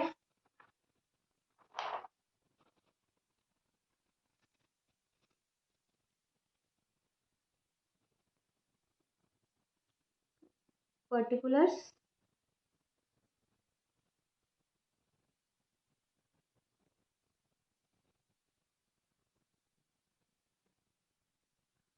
एलएफ।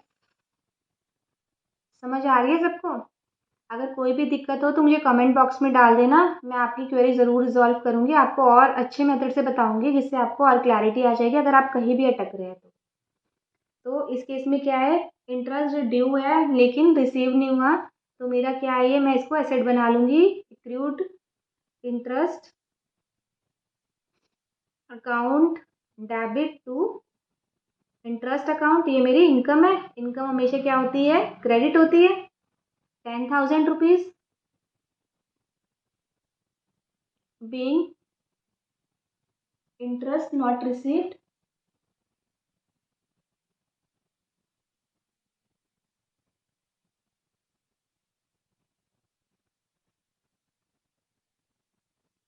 ठीक है, क्लियर। अब नेक्स्ट एंट्री चलते हैं, हमारी नेक्स्ट एंट्री क्या कहती है, हमारी नेक्स्ट एंट्री बोलती है कि रिसीव्ड किया है commission 20 by cheque, half of which is in advance. ठीक है, हमने 20,000 रुपये उससे ले लिए लेकिन जो आधा पैसा है ना वो 10,000 रुपये वो एडवांस है, उसकी सर्विसेज मैंने अभी दी नहीं है, मैंने पैसे ले लिए, मैंने सर्विसेज नहीं दी। ठीक है, क्या था ये, कौन से वाला एग्जाम्पल था, ये वाला था, इनकम रिसीव्ड हुई है एडवांस में, मैंने मार्च और अप्रैल की फीस ले ली है लेकिन सिर्फ मैंने मार्च की सर्विसेज दी है, अप्रैल की सर्विसेज अभी नहीं दी। क्लियर। तो मेरा क्या है, ये लाइबिलिटी है, मेरे सर पे बोझ है, मुझे अभी उसको देना है। ठीक है, कमीशन इसमें क्या है, हमारा 20,000 उससे चेक से मिल गया लेकिन 10,000 जो है एडवांस है, 10,000 एडवांस है अभी। तो मेरी एंट्री क्या होगी, वही कंपाउंडिंग एंट्री करते हैं इसकी, बैंक अकाउंट डेबिट, कितना पैसा है मेरे पास, 20,000 रुपीज टू एक तो मेरा क्या है, कमीशन अकाउंट जो इस साल से रिलेटेड है, ठीक है, जो इस साल से रिलेटेड है। और दूसरा मेरा क्या है, कमीशन रिसीव्ड इन एडवांस, ये मेरा क्या है, लाइबिलिटी। ये मेरी क्या है, कमीशन अकाउंट इनकम है, और दूसरी मेरी क्या है, ये लाइबिलिटी है। ये वाला मेरा इनकम है, इनकम इसलिए मैंने क्रेडिट किया। ये मेरी क्या है, लाइबिलिटी है, मुझे इसके बदले में अभी उसको सर्विसेज देनी है। क्लियर है बच्चों, समझ आ रहा है? हमने आज बहुत हैवी हैवी इलुस्ट्रेशन समझे हैं। डेप्रिसिएशन समझ लिया, डेप्रिसी इंटरेस्ट समझ लिया, कैपिटल का भी, ड्राइंग्स का भी, एक्रूड एंट्री समझ लिया, आउटस्टैंडिंग एंट्री समझ ली, प्रीपेड एंट्री समझ ली, एडवांस वाली एंट्री समझ ली, है ना।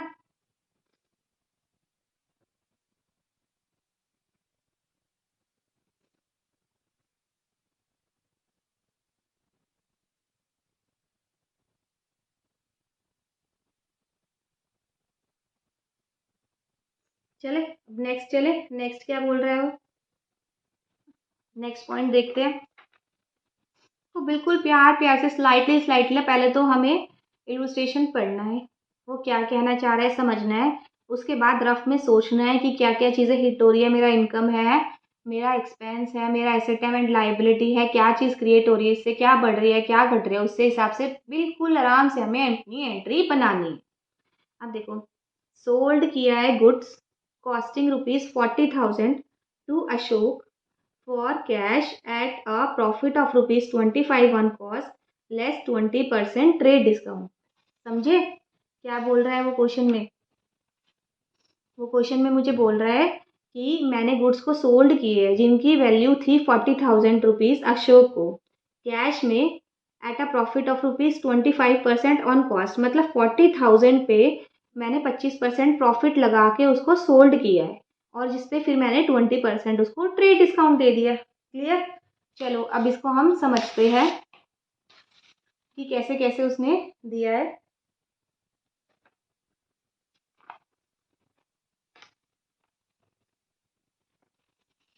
रफशीट निकालते हैं अपनी।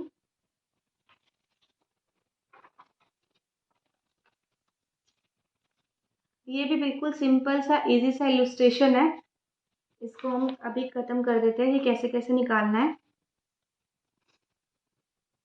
देखो साथ साथ पढ़ते रहते हैं और लिखते रहते हैं। क्या क्या किया है, सोल्ड किया गुड्स जिसकी वैल्यू 40,000 थी अशोक को, कॉस्ट कितनी थी, 40,000 थी। उसके बाद वो क्या कह रहा है कि 25% प्रॉफिट ऐड किया है, 25% 40,000 पे कितना हो गया मेरा, 10,000। तो मतलब सेल प्राइस मेरी कितनी हो गई, 50,000। उसके बाद मैंने क्या किया, उसको ट्रेड डिस्काउंट दे दिया 20%। ट्रेड डिस्काउंट को देख के याद आया, ट्रेड डिस्काउंट हमारा कभी भी बुक्स में मेंटेन नहीं होता, उसकी एंट्री हम पास नहीं करते, सिर्फ अमाउंट हम कंसिडर कर लेते हैं, लेकिन एंट्री हम कभी भी पास नहीं करते। तो हमने इस पे क्या किया, 20% लगा दिया, तो हमारा कितना बना, 10,000। तो हमारी कितनी वैल्यू आ गई, 40,000। क्लियर? तो हम एंट्री कर देते हैं अपनी 40,000 से। क्या एंट्री मेरी बनेगी, सिंपल ही बनेगी कि क्या मेरे पास आया, देखो वो कैश में कह रहा है, तो मेरा क्या हिट होगा, cash account debit.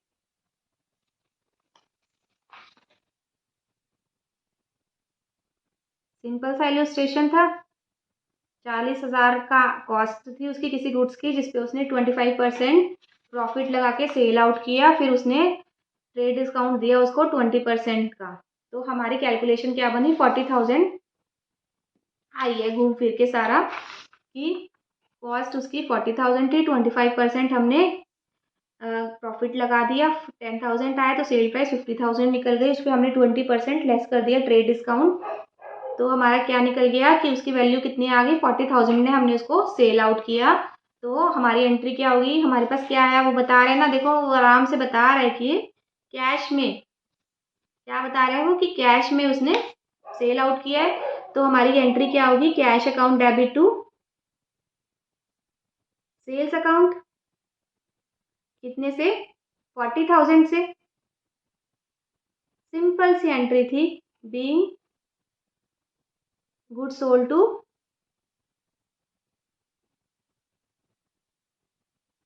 For cash. चलिए अब नेक्स्ट एंट्री देखते हैं क्या बोलती है हमारी नेक्स्ट एंट्री।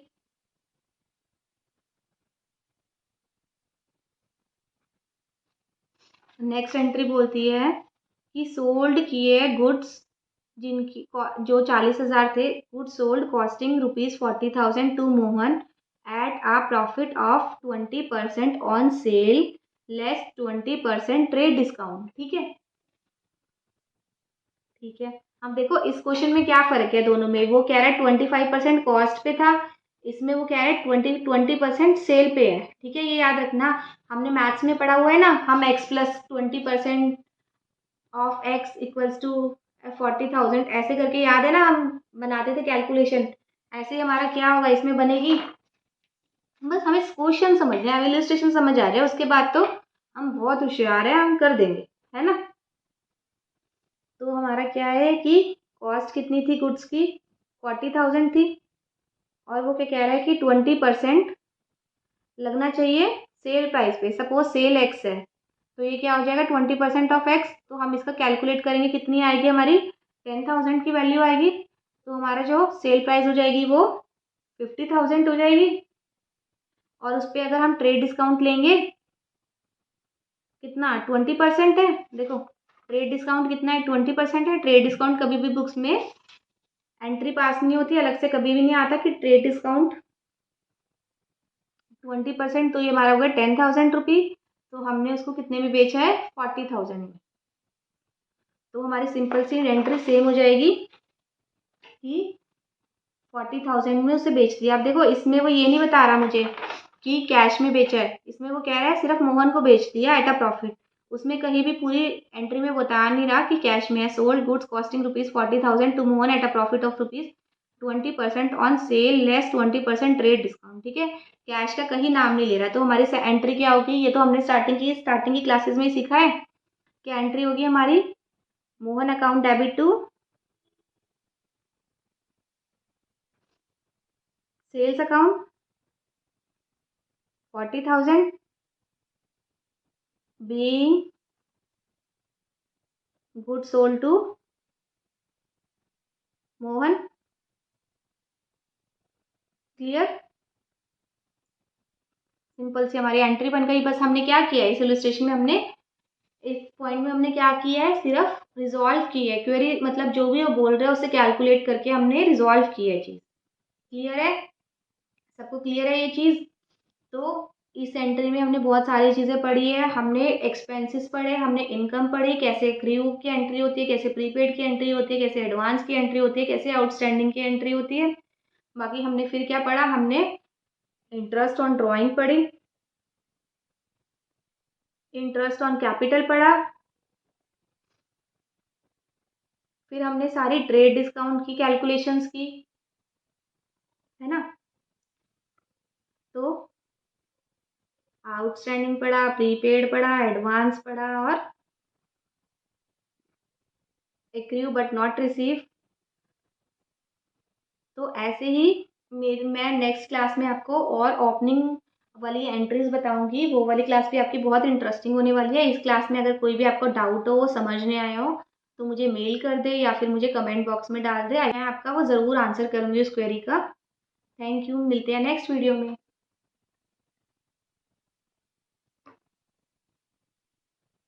अगर आपको मेरी वीडियो अच्छी लगी तो चैनल को सब्सक्राइब और लाइक ज़रूर करना।